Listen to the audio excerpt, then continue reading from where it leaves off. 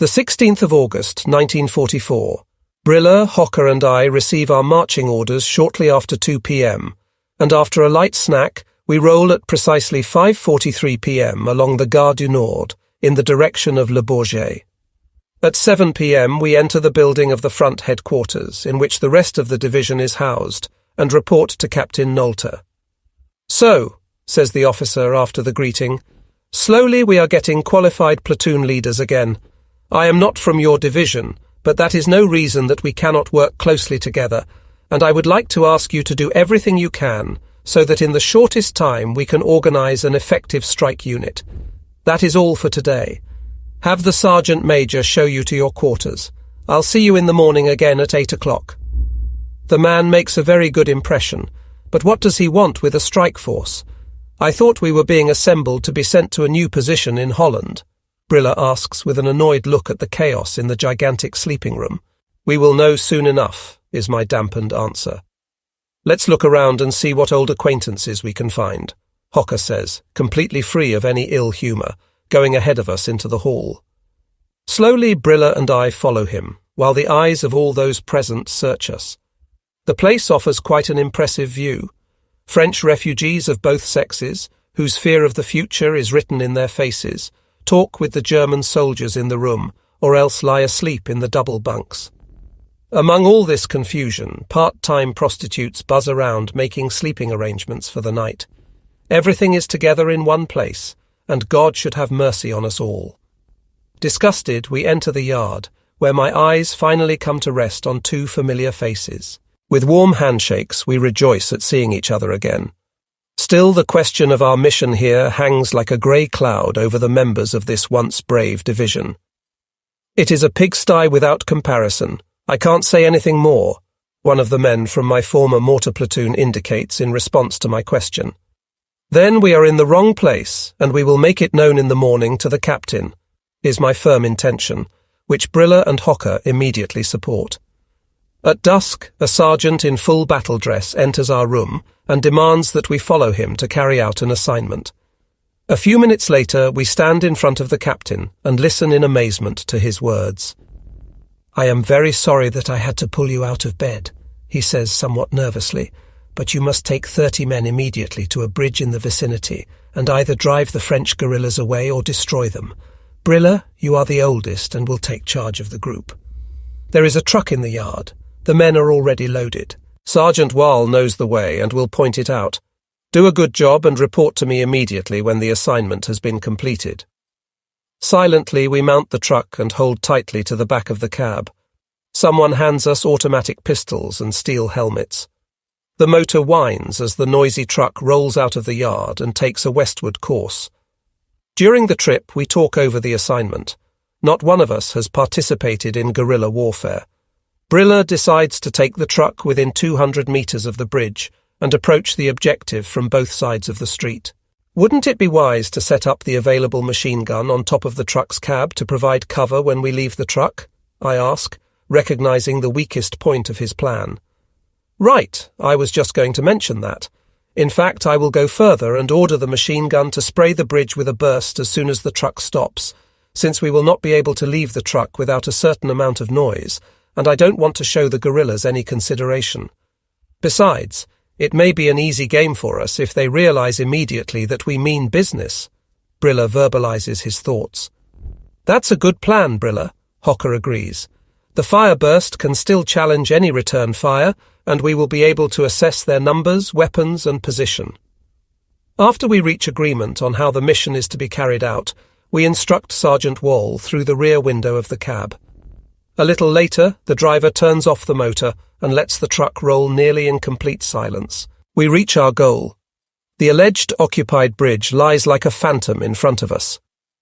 "Fire at will," Briller orders the machine gun unit. The tracer ammunition racks across the bridge like fiery lightning. At the same time, we leave the truck in two equal groups, one to the left and the other to the right of the vehicle, which immediately retreats backwards. Pressed flat on the ground, we await the enemy fire. Minutes pass, but our opponent does not answer. On the right side of the street, I give orders to leapfrog forward, so that no one is exposed to the enemy without fire protection.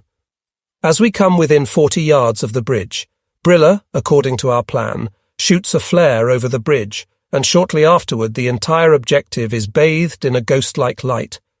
But still there is no enemy to be seen.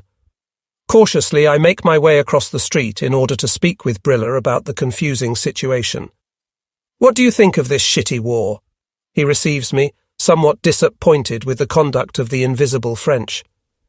"There is nothing we can do, old man.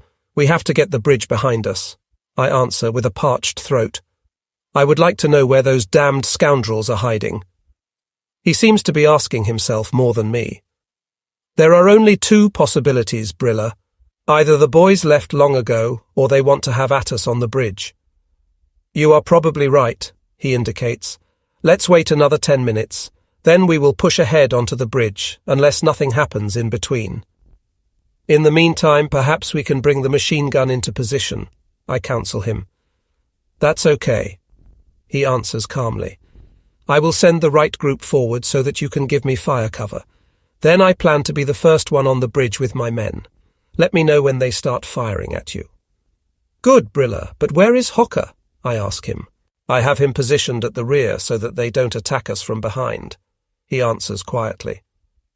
Quickly I cross the road back to my men and pass the word that the machine gun crew should report to me as soon as they come forward. Perfect silence reigns on both sides of the lonesome bridge.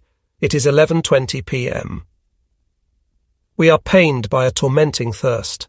In our hurry, no one thought about bringing anything to drink. Then, on the other side of the bank, two shadows move on the bridge. Damn it, they didn't even give us a pair of night field glasses. Quickly, I send a man to Briller and inform him of my observations. "Wait and continue to observe," is his response. I concentrate my gaze on the bridge, but the shadows do not move anymore. Do they want to blow the bridge into the air? Who would be served by that? The Americans are moving forward and badly need the crossing.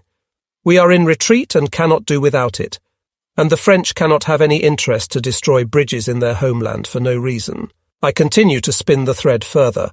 If they are partisans assigned to protect the bridge, then only the Germans could blow it up behind them to hold back the Americans.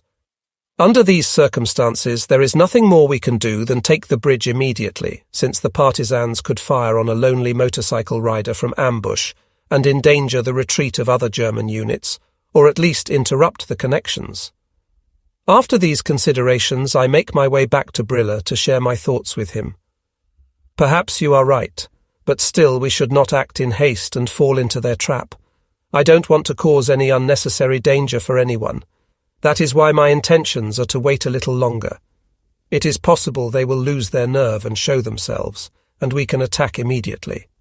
He explains to me in a voice indicating an awareness of his authority in the situation. Returning to my men again, the machine gun crew reports to me. Together we bring the weapon into position.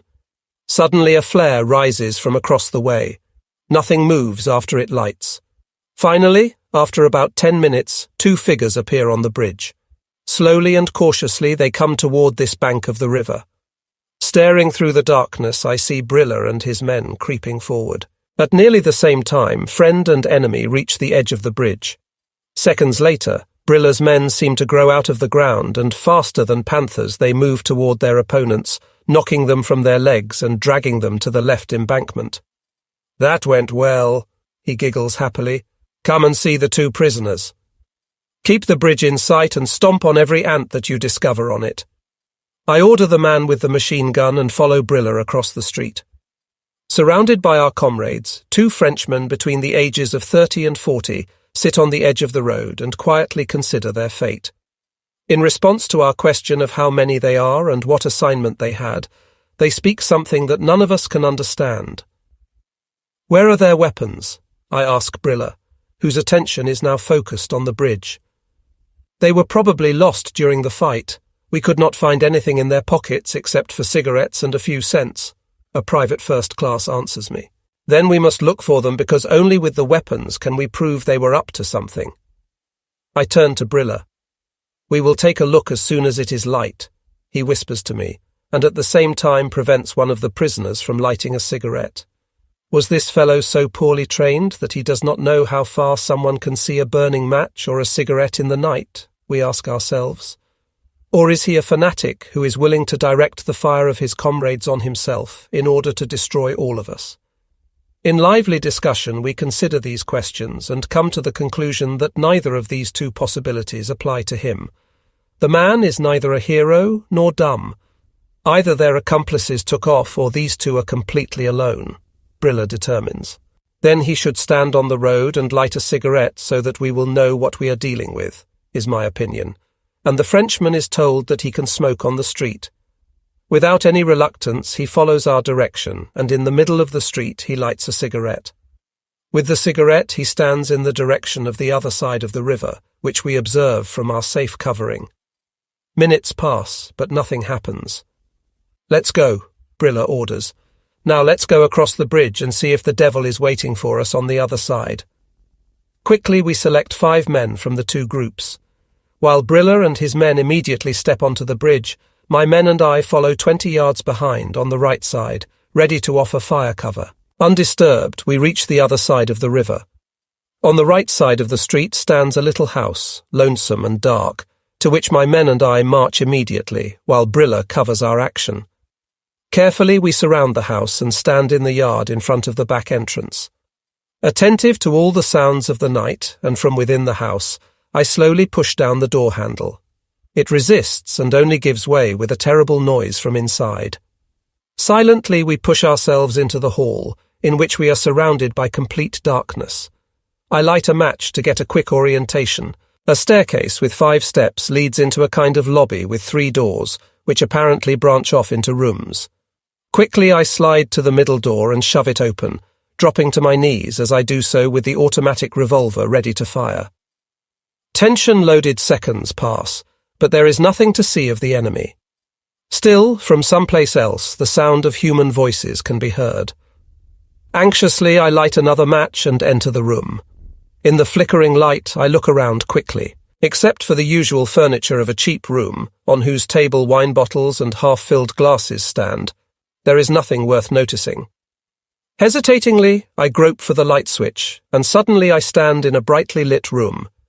Disgusted but relieved, I breathe into my lungs the cold cigarette smoke that hangs in the room. Within minutes, the other rooms are searched by my men. No human soul is to be found. I believe I heard voices from the cellar. The soldier who remained posted at the entrance calls.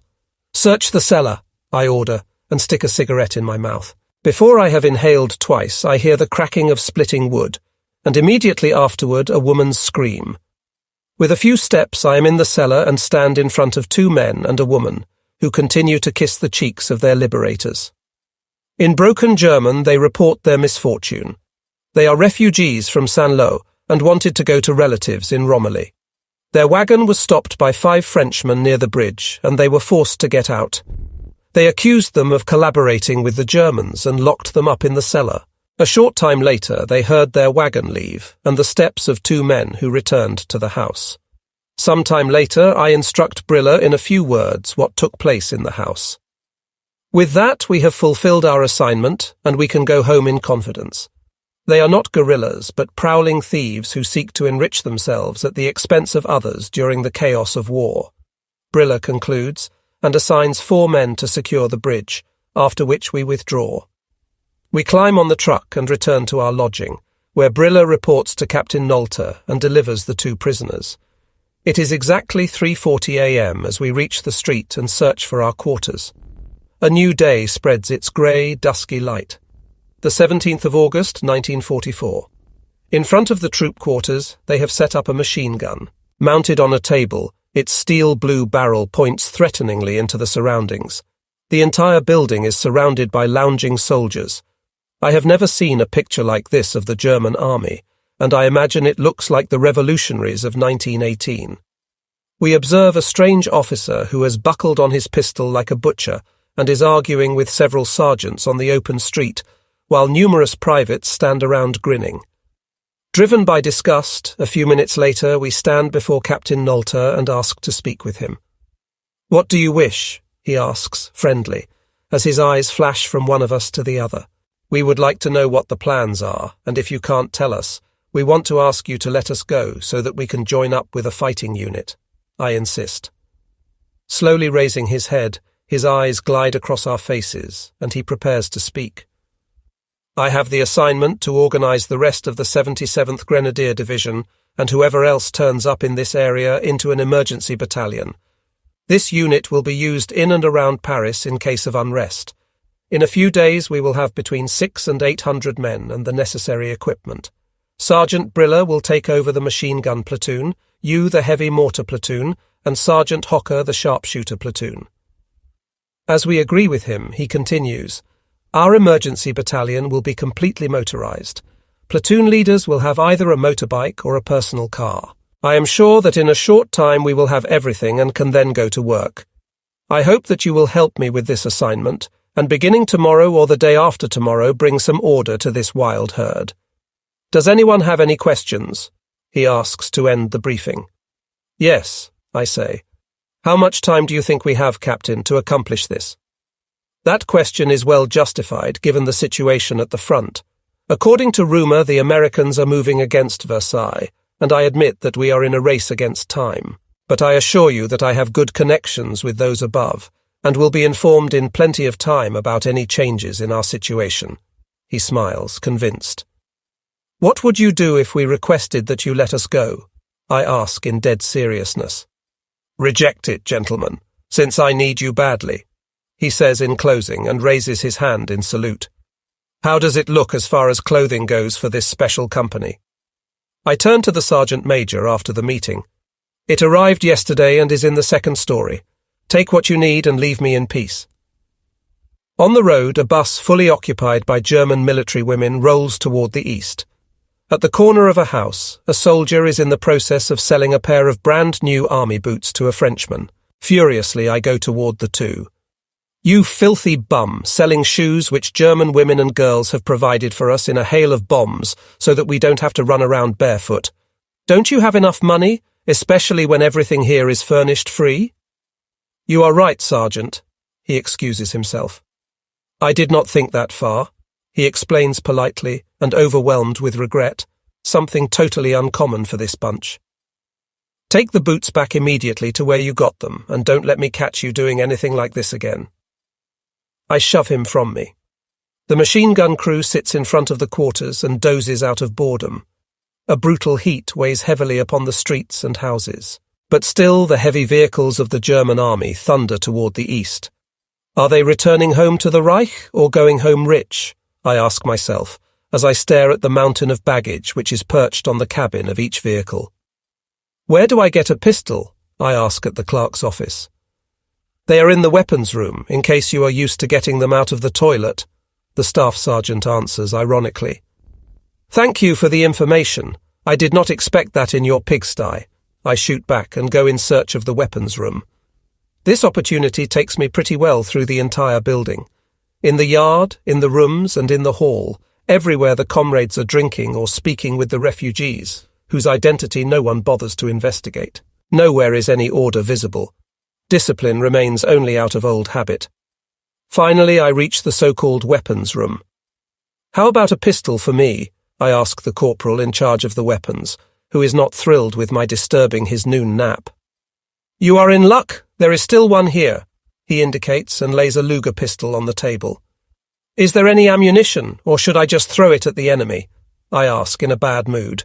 No, you get 60 rounds and an ammunition case. You just have to give me your sold book so that I can register it. The corporal finds the once common tone among comrades. How do things look with weapons for the entire battalion? I ask after I have completed all the formalities. This machine gun and the one in front of the house and a few hand weapons are all that we have received in the last 8 days. He gestures sluggishly. But is there the possibility that we will get the necessary weapons in the next few days? I ask, somewhat upset at his stoic quietness. I drive to Paris nearly every day and ask what we are supposed to receive, but I tell you freely, either they don't want to give us anything to shoot, or they really don't have anything more and they should end this shitty war, he answers angrily. Here, have a smoke, comrade, and don't upset yourself, I say. Departing. The 18th of August, 1944. At 8 o'clock, under orders from the captain, we begin to divide the lethargic men into platoons and units. The men follow our orders with resistance. There are only a few among them who wear any decorations. When a division goes under, the only survivors are the baggage handlers, ammunition carriers, and a few clerks. But we go ahead and divide them. Paper is so patient. It does not make any difference if the term marksman stands next to the name of someone who only knows the end of a rifle from hearsay. About 10 o'clock, we know what is up. Of the 91 men, 23 are trained for the machine gun and 18 for the mortar. Of the 5 sergeants, 2 appear to be good platoon leaders. We have 44 rifles, 28 pistols, 4 automatic pistols, and 2 machine guns. After we are finished, the captain orders the men dismissed. Officers and non-commissioned officers stand in a half-circle around the company commander, who has no company. I observe the 2 officers carefully. The captain makes a good and trustworthy impression, even though he does not have much front-line experience. The lieutenant is not completely unknown to me, and is as conceited as a peacock. Despite his Iron Cross First Class, I do not believe that he is the hero he loves to play. In the shadow of the 2 men stands the payroll clerk with a stomach like a beer keg. A spiteful expression lies on his obese face. I don't like the man, even though fat people are generally known as jolly fellows. As you have seen for yourself, the captain crushes his cigarette as he begins to speak, the men are in need of retraining. We will immediately take on a small training exercise so that the men can have their confidence with the weapons restored, and in order to keep them off the streets. Whoever comes for duty under the influence of alcohol is to report to me immediately, regardless of who he is. That is all for the moment, thank you. Promptly at 2 p.m. our duty begins. For a full hour I explain the 98K rifle to the mostly older soldiers. With horror I observe the inexcusable ignorance of the men who wear the rank of private first class and corporal on their field jackets, but who have only the slightest familiarity with the most simple weapon of the German army. Still they grin arrogantly and disturb my efforts. From 3 p.m. until 4 p.m. I learn the same thing about the mortar crew. Suddenly no one claims to have been trained with the weapon, or at least that it is many years since they have had in their fingers what the soldiers call the grenade gulper. The whole sad affair makes me sick, especially since I do not have the necessary tools to demonstrate the proper procedures. Finally, I am able to keep only a few of the men from falling asleep. You couldn't even attack a shithouse with these people. Briller expresses the opinion of all after our first training session with this mob. In order to dissipate our worries a little bit and to avoid a drinking bout, we friends decide to take a walk to the airport. We find time to observe the stream of refugees as well as the retreat of the German Air Force companies. Here and there, personal vehicles appear in which high-ranking German officers sit with their painted ladies. Our attention is drawn particularly to the large suitcases as these elite leaders move eastward, intending to take their precious lives to safety. Never before in this awful war have I had the possibility to glimpse behind the wavering front. But at this moment, it is fully clear to me that the rats are abandoning a sinking ship. After a slow walk, we reach the airport. An anti-tank gun stands at the entrance. The conversation with the men there is more discouraging. They await orders any moment to blow up the place with all its remaining fuel.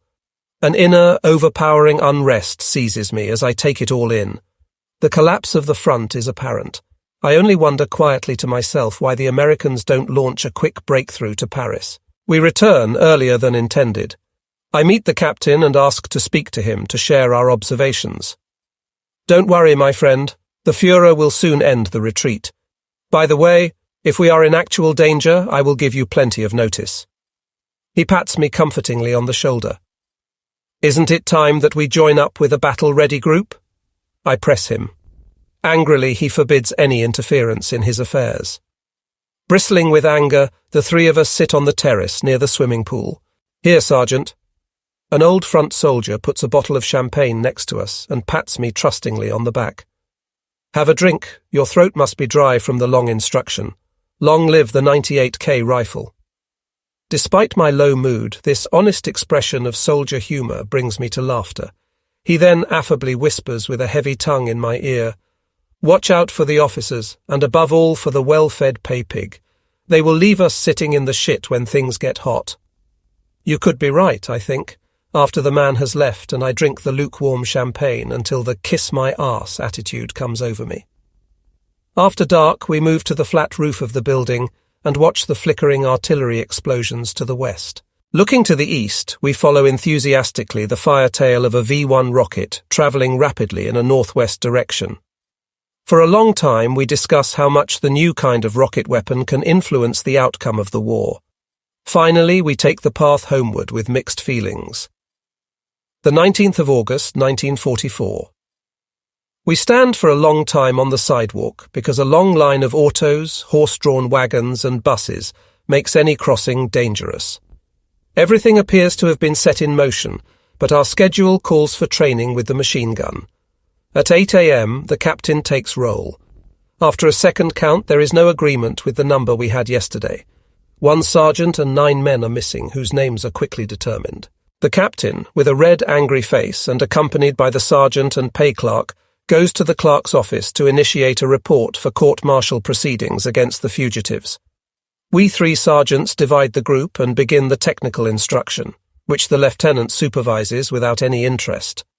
The entire theatre makes me sick and seems so senseless, just as if when a ship is sinking, someone wants to learn quickly how to swim in a bathtub. But even with purposeless activities, the hours of the clock turn, and once again it is lunchtime. After lunch, the 3 of us lie down for a nap.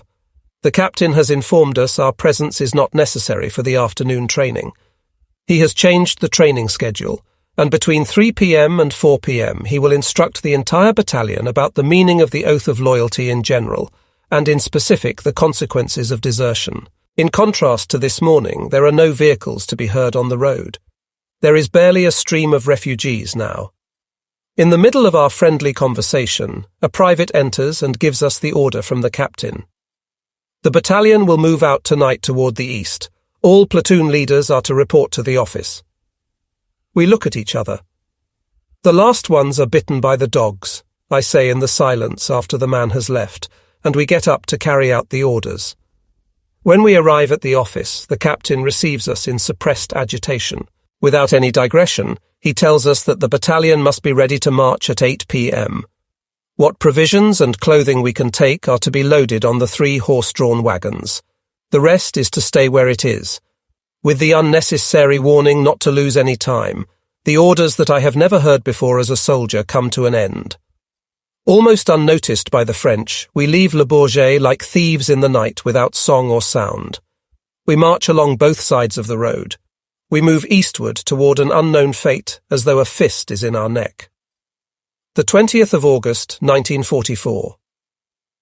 After a 7-hour march without incident, we land in a village and find quarters prepared for us by the officers, who naturally cover the distance in an automobile. But we must give them some credit in that during the course of the night, they drove back and forth caring for their lost group, and seeing that at each crossroads the 3 platoons stayed on the right way. Dog-tired, we all fall into the straw. Because of my long stay in the hospital, the soles of my feet are so tender after the long march, they now burn like the fires of hell. The same for Brilla, and so our friend Hocker must play nurse to both of us. But still, we 3 inseparable friends look for an establishment about 3 o'clock and drink a poorly cooled beer, although the thoughts of the continuing march overwhelm us with dread. After sundown, the malicious French watch us leave their village. As we march, I feel as though I am going barefoot over hot corrugated sheet metal. But now I must be hard on myself. They told me to take a place on the vehicle, but I see so many comrades who creep along the road like they are walking on eggs, and I don't want to be the object of their cursing. Never in my entire life as a soldier have I ever demanded more from someone than I was willing to do myself. I adopted this principle from the beginning, and to this day I have been well served by it.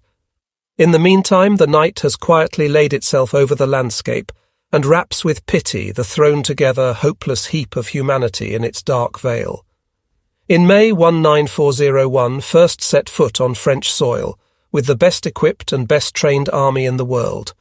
Then the German troops overran this land with a victory march without comparison, destroying within 36 days the entire army, including the English expeditionary force that was so hard hit that their only possible salvation was the wretched flight to the fleet of ships assembled at Dunkirk.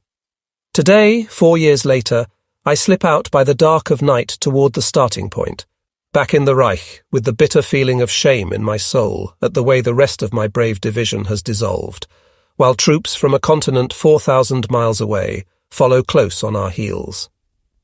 The 25th of August, 1944.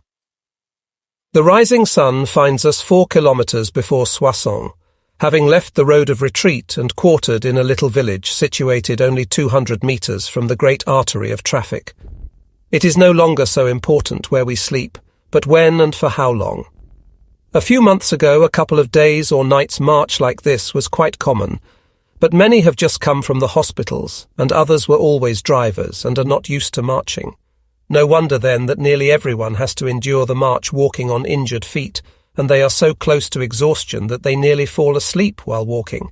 To make matters worse, nearly everyone is wearing new boots, which in most cases were selected without thought for a long march such as this.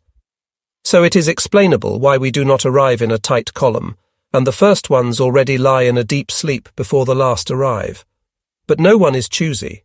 Instead, everyone collapses, wrapped in a blanket, into the straw of any barn or shed, and within seconds finds himself beyond good and evil. After the last man is brought under a roof, the 3 of us can also find some rest. After 6 hours of refreshing sleep, Briller shakes me awake. He stands, barefoot before me with coffee, bread and butter in his hands. His field blouse is open, and his dog tags hang like a cheap medal on his hairy chest. "Let's go," he says. "Drink some coffee. We have got to go see the old man." "What does he want from us in the middle of the night?" I ask, irritated. "It is nearly 11 o'clock and the sun is burning hot in the sky, my friend." The heat is brutal, with no breeze. The dust-covered leaves on the trees are nearly wilted in the park where we turn and stand across from the captain. Affably, he waves off our formal German salute. "Good morning," he says, and extends his hand to each of us. He is only dressed in riding pants and a shirt. His field blouse hangs over the stool on which he sits. "Please take a seat and smoke if you like," he begins, and gestures with an open hand toward the stools. "You have seen the men during the march and have observed them as closely as I. It is clear that we must rest for a while in order not to completely ruin the feet of the men. I have made an inquiry by radio to the higher command, and know that we can afford to stop for a while. The Americans are busy around Paris with our rear guard forces. By the way, we left at exactly the right time. The mob rose up in the metropolitan area the same day we left.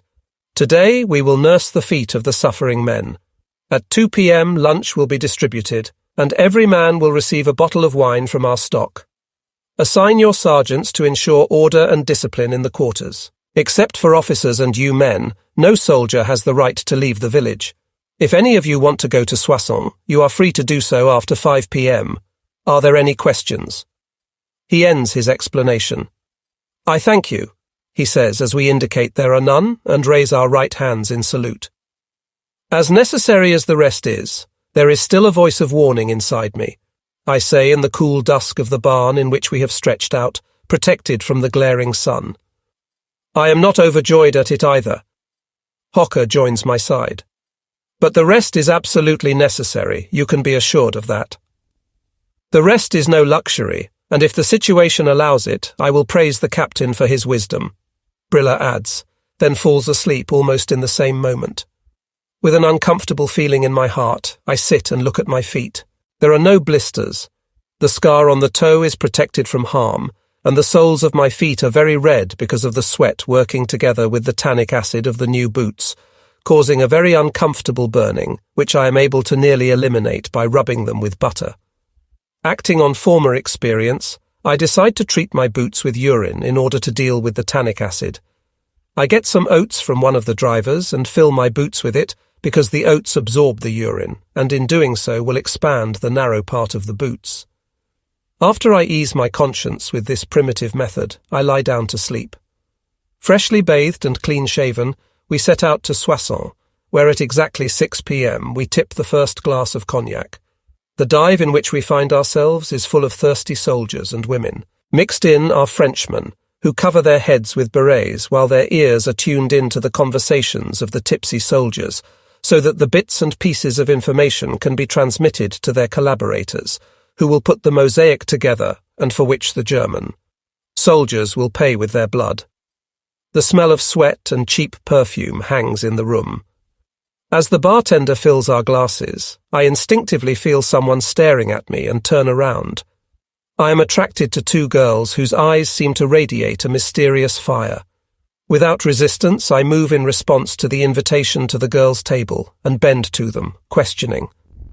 "Please sit down by me," one whispers in good German. "I am so alone."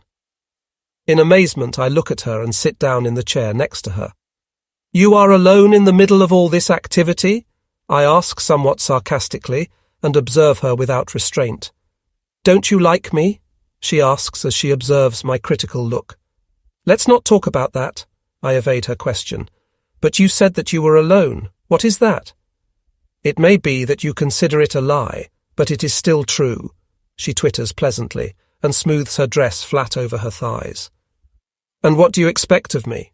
I ask bluntly, because this time I am really in doubt. I want to talk with someone who has understanding. I want to escape the constant fear of the impending disaster, she answers, and looks deeply into my eyes.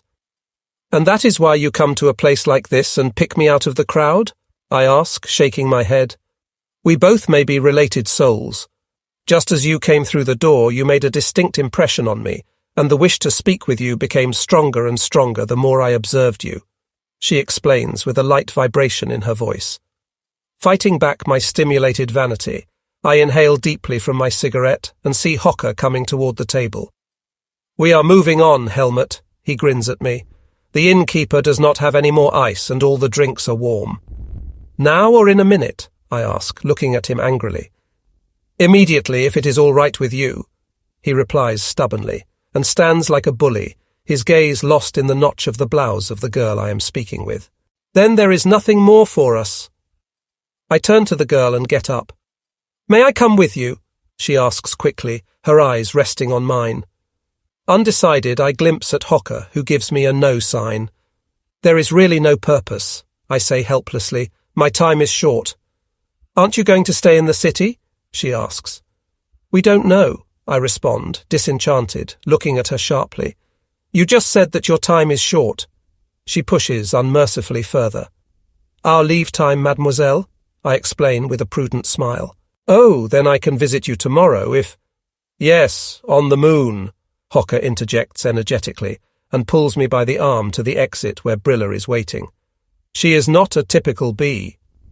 Brilla immediately receives me on the street. I observed her closely, Helmut, and I suggest that we inform the security service.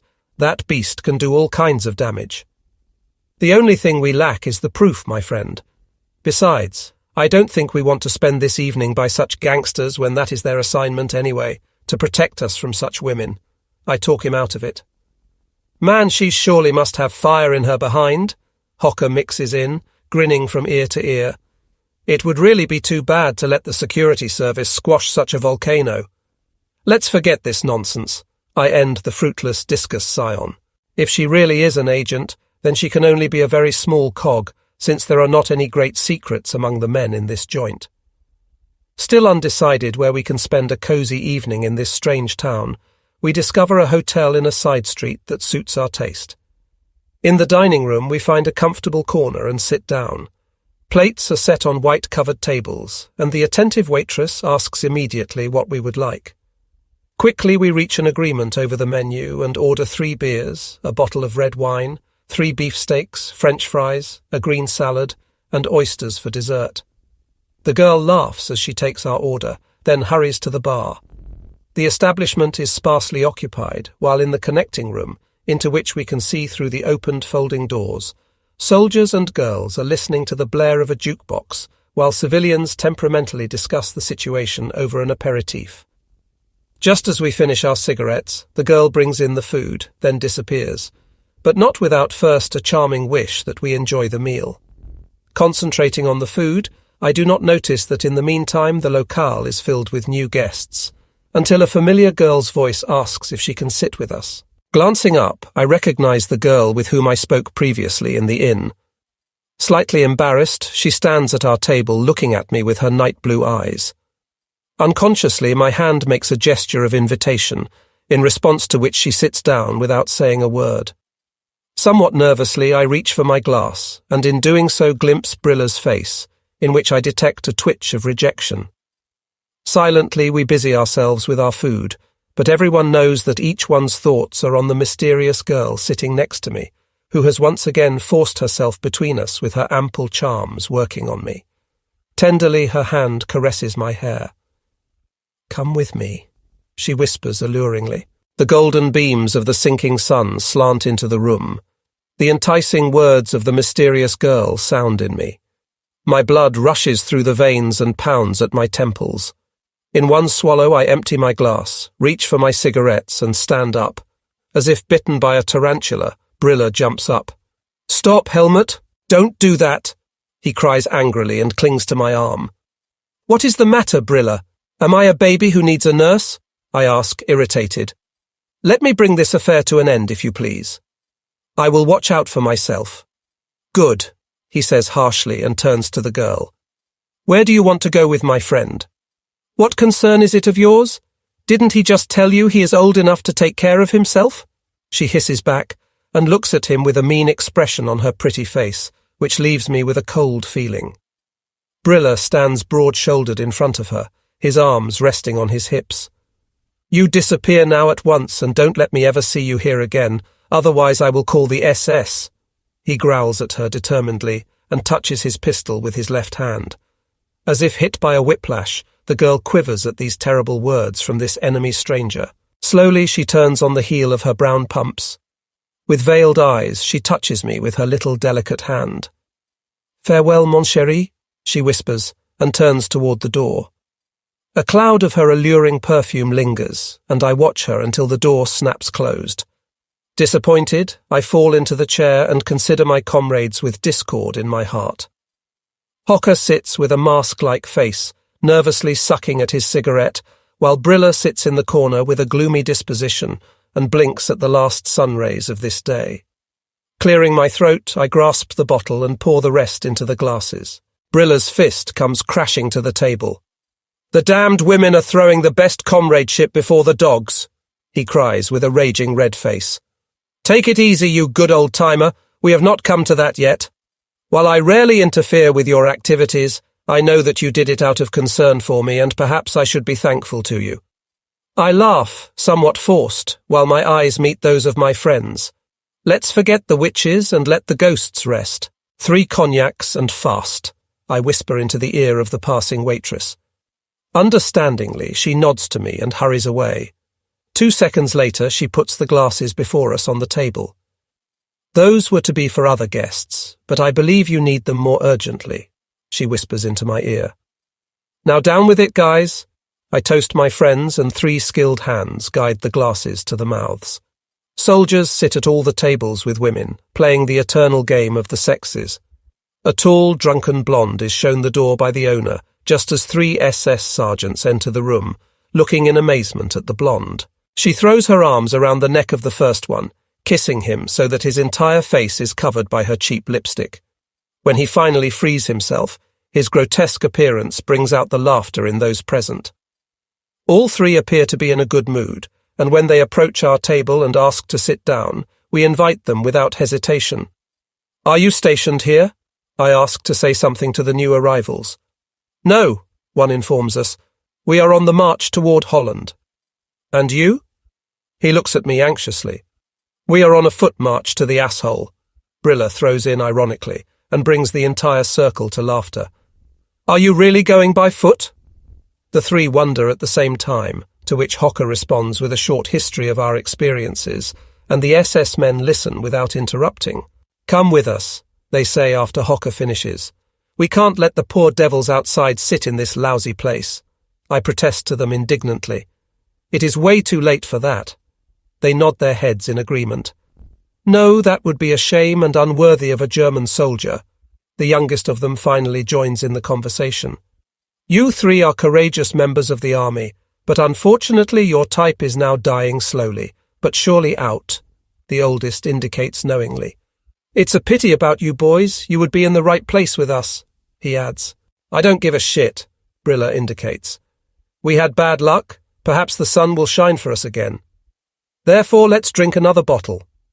Bring us another 6 beers, Brilla calls to the waiter standing at the bar. But we must go back to our quarters, and it is already 1 a.m., Hocker notes seriously.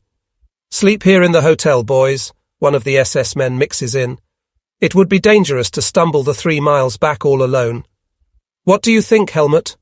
Hocker turns to me. Let's see about a room. I don't have any desire to walk back, and it will be hard to find a ride going back in the direction of the front, I answer in resignation. We will have one shortly. The older SS comrade responds and goes up to the counter. The man returns from the counter with a new bottle of cognac. Everything is in order. He grins, satisfied. The innkeeper will keep 3 rooms for 6 of us, but the place closes at 3 a.m. How is it with the bottle, comrade? Naturally we will share the bill, I suggest to him. Just drink, it is already paid for. He waves it off and pulls the cork out of the bottle with skill. With a steady hand he fills the glasses. My friends call me Herbert. He lifts his glass and looks me good-heartedly in the eye.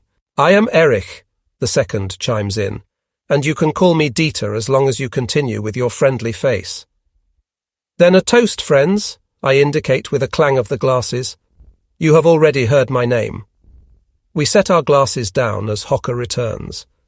So what is the big bad wolf doing with the child?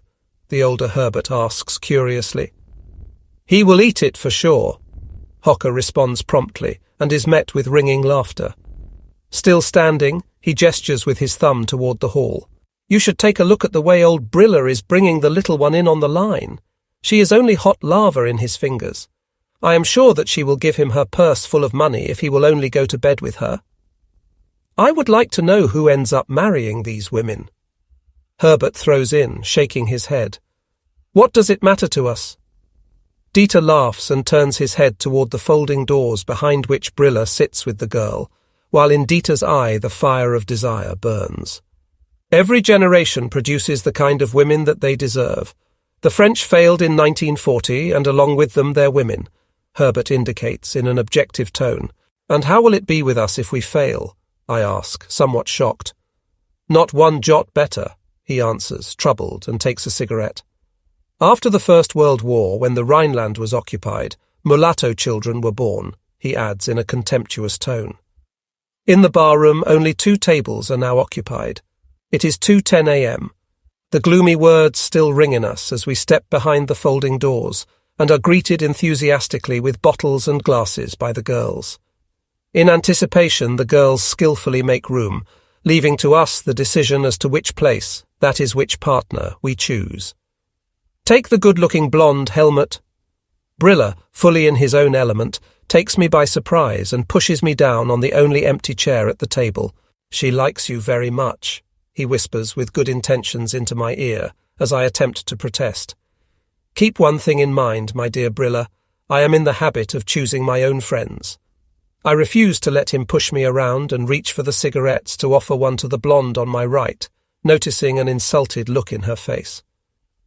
Are you angry? I ask, feeling some pity for her. Take it how you want. She forces a smile and reaches for my hand, which holds the burning match in front of her cigarette. Inhaling the smoke deeply into her lungs, she looks at me affectionately out of her slanting eyes. Do you always reject little girls like this? She asks, leaning back in her chair so that I can admire her figure. Only on the outside. On the inside, I generally like them very much, I state honestly. So that is your tactic. She laughs, satisfied. You have seen through me, mademoiselle. I drink to her. I would like to treat everyone to a bottle of cognac. Brilla interrupts the conversation at the table and calls for service. The owner comes to the table with a negative gesture. We are closing, gentlemen, he says, pointing to the clock, which indicates it is 3 a.m. Avez-vous une chambre séparée? Herbert asks in fluent French. Undecided, the innkeeper plays with the gaudy ring on his little finger while we all anxiously keep our eyes on him. With an agile tongue, Herbert speaks into his ear. Finally, they are in agreement. We can go to the room and he doesn't care what we do there. We can purchase drinks at the bar with hard cash, Herbert proclaims with a sovereign voice, and is rewarded with a hot kiss from his long-legged partner, who accompanies him to the bar. 10 minutes later, Herbert, Eric and I sit in my hotel room drinking with the two remaining girls after Briller, Dieter and Hocker have excused themselves and their ladies for half an hour. Quietly, the blonde Blanche sits next to me on the bed in front of which we have pulled the night table and on which we set our glasses. Herbert and Eric are squatting with the long-legged and good-looking Colette in the middle on chairs, two of which they have brought from their rooms. It is very hot in the room, and we decide to turn out the light and leave the blinds up so that we can leave the window open. A little later, only the rising cigarette smoke and the clatter of glasses on the marble plate of the night table testify to our presence. Snuggled affectionately on my shoulder rests Blanche's head as she alluringly whispers in my ear, "Voulez-vous faire l'amour?" I have known for a long time that this question was coming, but still I don't know what I should answer. Out of embarrassment and with an unusual mixture of pity and personal desire, I stroke her silky blonde hair. The smell of a pleasant good shampoo is noticeable, and I whisper my "oui" in her ear. In the silence, the creaking noise of the straining bed springs in Briller's adjacent room penetrates our room and brings us all to laughter, relieving the tension at the same time. With 5 girls and 6 men, not even a university can reach an agreement without some compromise. But only the crazy Briller has brought us into this situation. Finally, Briller crosses the threshold, pulling a dark-haired female behind him into the room. "What are you doing squatting around here like the disciples on the Mount of Olives?" he asks cheerfully, taking a glass from the night table and offering it politely to the girl. "You have to bring your own chair with you, old fellow," I instruct him after he searches the room. "I will get one," twitters his darling with a voice as clear as a bell, and goes lightly from the room. "She is thankful, isn't she, you tired warriors?" Briller smirks proudly and tips a full glass of water into his throat. "Where are the others?" He turns to me while looking for a cigarette. "Still in action," I growl, then disappear with Blanche in my room. "Just look at the poor girl. She is crazy with yearning," he proclaims without any tact, awakening in me the wish to box his ears. "Lie down yourself in your rotten crib if you want to make prescriptions for others." I jump at him, angry. "Take it easy, son," he says in amazement at my irritated tone, and sits down on the chair that the black-haired girl has brought in for him. "I only intended good for you," he begins in a conciliatory tone, petting the naked leg of his bed partner, who has rolled herself up on his lap just like a cat. "I'm going to get some sleep." Eric gets up, yawning. "When are we to be awakened?" He turns to Herbert. "We have to get up around 6 a.m., he answers, frowning. "Then good night, gentlemen. Don't let me disturb you." He waves tiredly as Briller tries to hold him back. After a while I become uncomfortable sitting on the bed.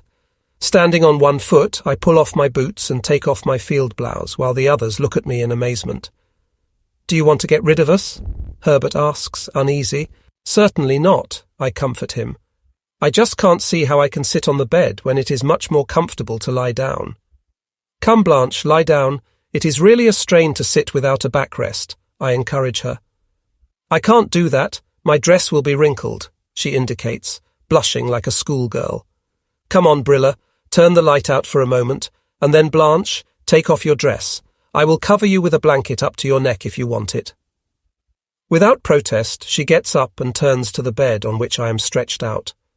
As the light goes out, there is the rustle of clothing as Blanche undresses. Before Briller turns the light back on, she has slipped under the cover and has me in her arms. I would willingly crawl under the cover to her, but the lurking eyes of the others forbid such action. In order to kill the rising desire, I reach for a glass and empty it in one swallow. After 10 minutes, even Herbert's girl has recognized that it could be a long session. She slips under the blanket with Blanche, and a little later both are sound asleep. We waste the time debating whether it was right or wrong for Hitler to use the Waffen-SS against the German army, until we are no longer capable of any clear thoughts, since the cognac has finally brought us to our knees. In a blur, I see Brilla totter out of the room with his ballerina just before I slide into the kingdom of dreams. The 26th of August, 1944. Awakened by the noise of a passing truck, I look in shock at my wristwatch. I see that it is 6:47 a.m., and I look around the room. Blanche and Colette lie in peaceful sleep next to me in the bed. My head is humming as though a transformer has been turned on. Carefully I get up and go to the wash basin. I hear an angry grunt, and bending forward I discover Herbert asleep on his back, his hands folded on his stomach as though he is in a coffin. Slowly I climb over him and go to the wash basin. While I am occupied with drying myself, I look at the bottles on the night table, and I am in doubt as to which I should drink from, so that I will feel better. Blanche, laughing sweetly, reaches her arms out to me. Bewitched, I breathe in the fragrance of the warm girl's body, and still standing, lay my head on her firm breasts. "It's too bad, Blanche," I whisper excitedly. "We have wasted the time. Now I have to leave." Tenderly she strokes my hair with her hand. "That is why I will hold you in my heart longer, and hope for a fulfillment. You have behaved very decently," she whispers. I raise the curtains on the window and let the rays of the late summer's morning sun flood the room. "Get up!" I call into the quiet floor and knock on Brilla's door. "What is going on?" he asks, ill-tempered. "It is nearly 7 o'clock, you old fornicator," I call impatiently. "I am coming right away," he responds, wide awake. "Which room is Hocker in?" I ask through the keyhole and see Brilla step to the wash basin completely naked. "Number 4, he answers calmly and lets the water run into the basin. Discreetly I knock on Hocker's door. Immediately the inner latch slides back and Hocker stands before me completely dressed. "Good morning," he grins, somewhat embarrassed, while his turtle dove shoves a big bill into her purse and explains that she is going downstairs to order coffee. It is 7 o'clock. In the clutches of Exodus fever, we all assemble at the table in the guest room of the hotel to drink coffee. One last cognac unites the souls of this war-defiant night. Knowing that we probably will not see each other again in this life, we shake each other's hands in farewell. With our hands in our pockets, we stand under the gate to the hotel and consider the fastest way to get back to our unit. "Here in the yard are enough bicycles," Hocker suggests, and glimpses playfully into the sun. "If we take the bikes, then other comrades will miss them," I object. "They are here in the city and can secure others," he answers back coldly, and I notice a determined look in his face. Calmly, he goes back through the entrance to the yard and rides back a few seconds later on a nearly new bike. With a pounding heart, I turn 90 degrees and rush to the bicycles. I nearly run into Brilla as I struggle out of the entrance and make my way to Hocker, who greets me approvingly. Shortly afterward, Brilla comes up with the rattling sound of tin. A cooking pot hangs on his handlebars and sounds like the trumpets at Judgment Day as he comes across the stone pavement. Angrily, he takes it off the bars and bangs it into the street curb, where it rolls, clattering to a stop. "Slower," Brilla wheezes behind us. I have a flat front tire. We nearly fall off our bikes, laughing at the misfortune that has befallen the old stallion. Again and again we turn around so that we do not lose sight of Brilla. We roll along the street leading out of town to the west until he yells for us to stop at a small hospital. We halt and dismount from our bikes. Brilla calmly pushes his bicycle through the front yard of the hospital and puts it in the back.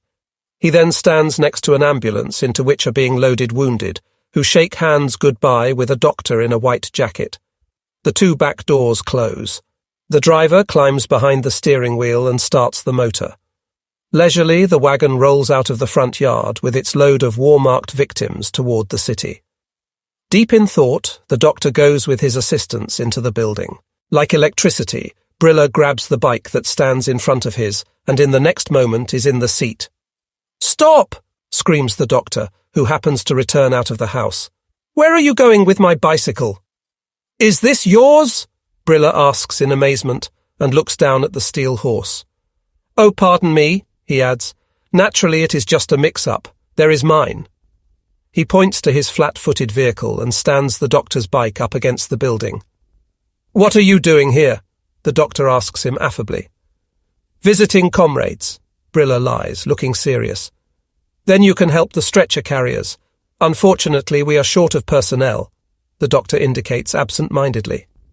Willingly, Brilla grasps a stretcher and together with a medic carries it into the house while 6 others remain in the yard. Doubled over with laughter, we wait eagerly to see how the good Brilla will save himself from this situation. The medics come out of the house, followed by Brilla. "I'll take the last one alone," he says as the doctor falls in behind those carrying the stretchers into the building. Seconds later, he rushes out of the building, grabs the doctor's bicycle for the second time, and rushes like a whirlwind out of the yard onto the street and nearly tips over negotiating a sharp right turn. Just as though the living personage were right behind us, we rush over a bumpy railroad crossing out of the city toward a nearby village. At exactly 9:40 a.m., we slip into our barn, completely soaked with sweat, and fall asleep on the spot. We get up about 1 p.m., awakened by the clatter of our comrades' cooking utensils. We barely finish our meal when we are called to report to the chief. "How was it last night in the city?" the captain asks curiously, without any attention to rank. "Very nice," Brilla answers shortly. "Oh well, the main thing is that you amused yourselves without doing any harm. It is possible that we will stay here one more night, that is if I don't receive any other orders. Still, I wish to keep that among us. A little sleep would not hurt you, gentlemen. As I hear, coffee had already been issued before you stumbled in here." And with a cunning laugh, he raises his hand in salute. Afterward, we sunbathe and smoke cigarettes. Afternoon quiet rules in this small village. During our discussion with the owner of the barn in which our quarters are located, which is confined to the beautiful weather and the senseless war, we are invited into his living room, where they cook good coffee for us, for which we provide the beans and they the water. After, they offer to make some fried potatoes in addition. I must donate a can of liverwurst, which each one of us has taken out of Le Bourget in our packs. The lady makes a concerted effort to make the afternoon as pleasant as possible, with the apparent quiet hope that one of us will make the night sweet for her, since in the meantime she has forced herself into a very tight dress, from which more of her anatomy can be seen than left to the imagination. A man knocks on the windows from outside and asks us to report to the chief immediately. Excusing ourselves for a moment, we leave the room and report to the captain in the park, who is leaning against his automobile with a serious face, buttoning up his field blouse and staring at the radio transmitter. We have to leave immediately. He receives us nervously. Our rear guard has had enemy contact with US tanks only 18 miles behind us. Sound an alarm at once to the battalion and have the vehicles gather ready to move out along the village road. It is now 4:40 p.m. We leave at 5:30, so get going. The whistle sounds shrilly over the quiet place. The sergeant on duty calls through the village. Get ready to move out immediately, and the place becomes a beehive of activity. The packing and formation of the vehicles goes forward in the usual manner and without any friction. Exactly at 5:30 p.m., Brilla reports to the chief that we are ready to move out, when suddenly the thunder of the fighter planes sounds above us, and they begin a hellish shooting along the road towards Soissons. With the bicycles in our hands, Brilla, Hocker and I stand at the end of the convoy and wait for the fighters to return. Because of the action of the fighters, no one notices the dull growling and chain rattling behind us. But like upset hens, old French women run across the road, through the small streets in the village, and disappear into the houses. For hell's sake, there are tanks on the road over there. I hiss to my friends and see a small tank which I recognize as an American Sherman tank rolling in the direction of Soissons, followed closely by larger tanks. "They are ours," the captain laughs, joining us. Before I can answer, a shattering cannon shell tears all illusions to shreds as it slams into the front vehicle on the edge of the village. "Take cover," the captain orders. We run right through the park, climb over a 6-foot-high brick wall, and try to pull half of the unit behind us toward a nearby wooded hill where we can reassemble.